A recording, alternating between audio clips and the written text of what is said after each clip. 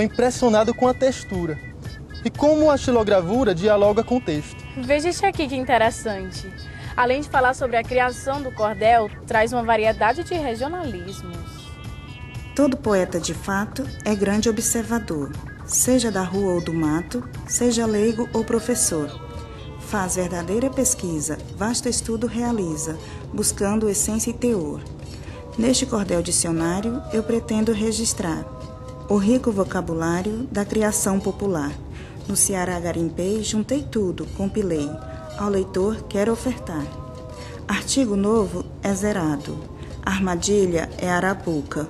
O doido é abirobado. Invencionice é enfuca. O matuto é mucureba.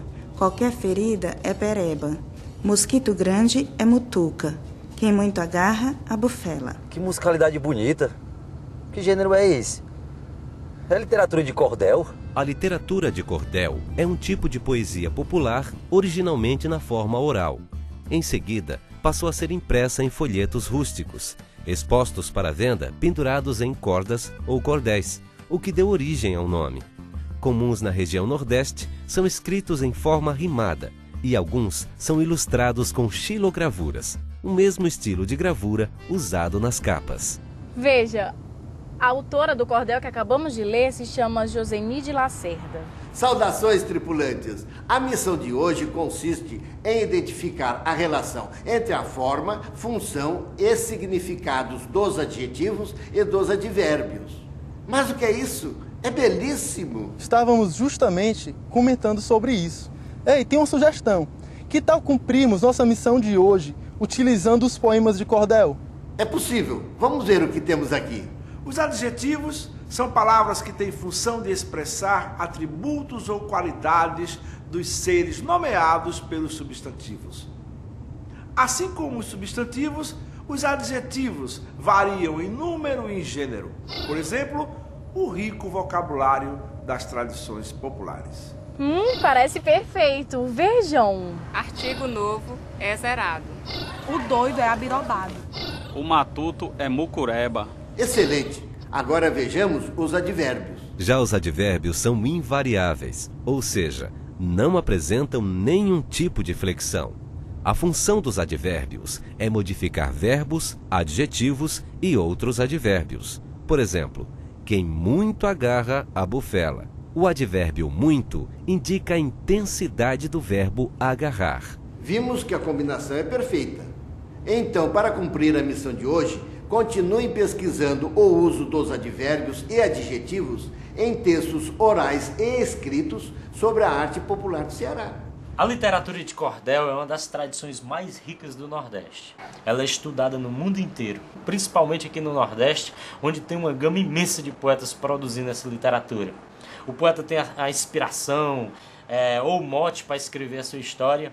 A partir daí ele procura construir a sua história de uma maneira que prenda a atenção do leitor, com personagens, alguns terríveis, outros bonzinhos, cheios de adjetivos, né? Os poetas gostam de utilizar bastante os adjetivos para contar suas histórias. Gente, quando a história fica pronta, esse aqui é um original de um poeta, certo? Aí ele procura uma maneira de editar, ou por conta própria, ou um poeta que seja editor também. E as capas, a princípio, eram feitas assim, ou seja, só tinha o título da obra e o nome do autor. Por isso eram chamadas de capas cegas. Posteriormente, já nos anos 20, um grande editor chamado João Martins de Ataíde passou a utilizar desenho e fotografia para ilustrar essas capas. E mais posteriormente, por uma questão econômica, em que o poeta tinha dificuldade de pagar por um clichê de chumbo, que era uma arte cara, passou a utilizar a xilogravura para ilustrar as capas. Eu sou autor de mais de 100 obras de literatura de cordel. Esse aqui é um trabalho que eu fiz, a história do Barba Azul. Antigamente existiu numa montanha do sul um vilão feio e ricaço de barba longa e azul. Numeral, artigo, verbo, pronome e interjeição.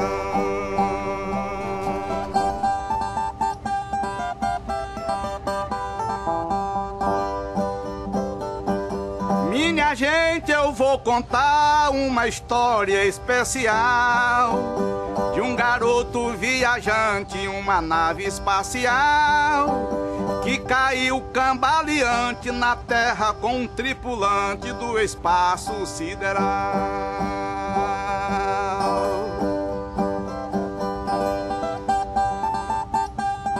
Severino, bem disposto, começou a investigar. Uma semana depois, sem pista alguma encontrada. Nós fizemos descobertas muito interessantes em nossa pesquisa. Estou curioso para saber. Vimos que os adjetivos podem funcionar como advérbios no português falado. Veja esse exemplo que coletamos. Caiu na terra cambaleante. Cambaleante é um adjetivo, mas não faz sentido se funcionar como modificador do substantivo terra. Terra cambaleante? Aí podemos deduzir que o adjetivo cambaleante funciona como um advérbio e modifica o verbo cair. Cair cambaleante.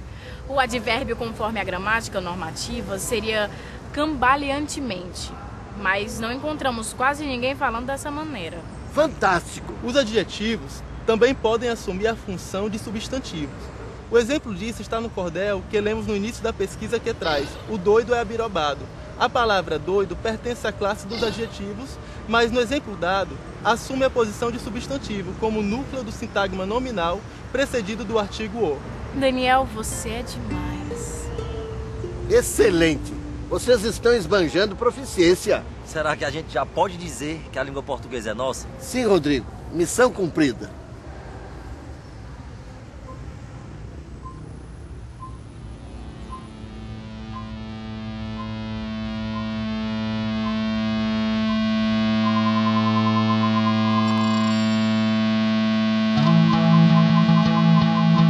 Senhor, o radar encontrou um ABC.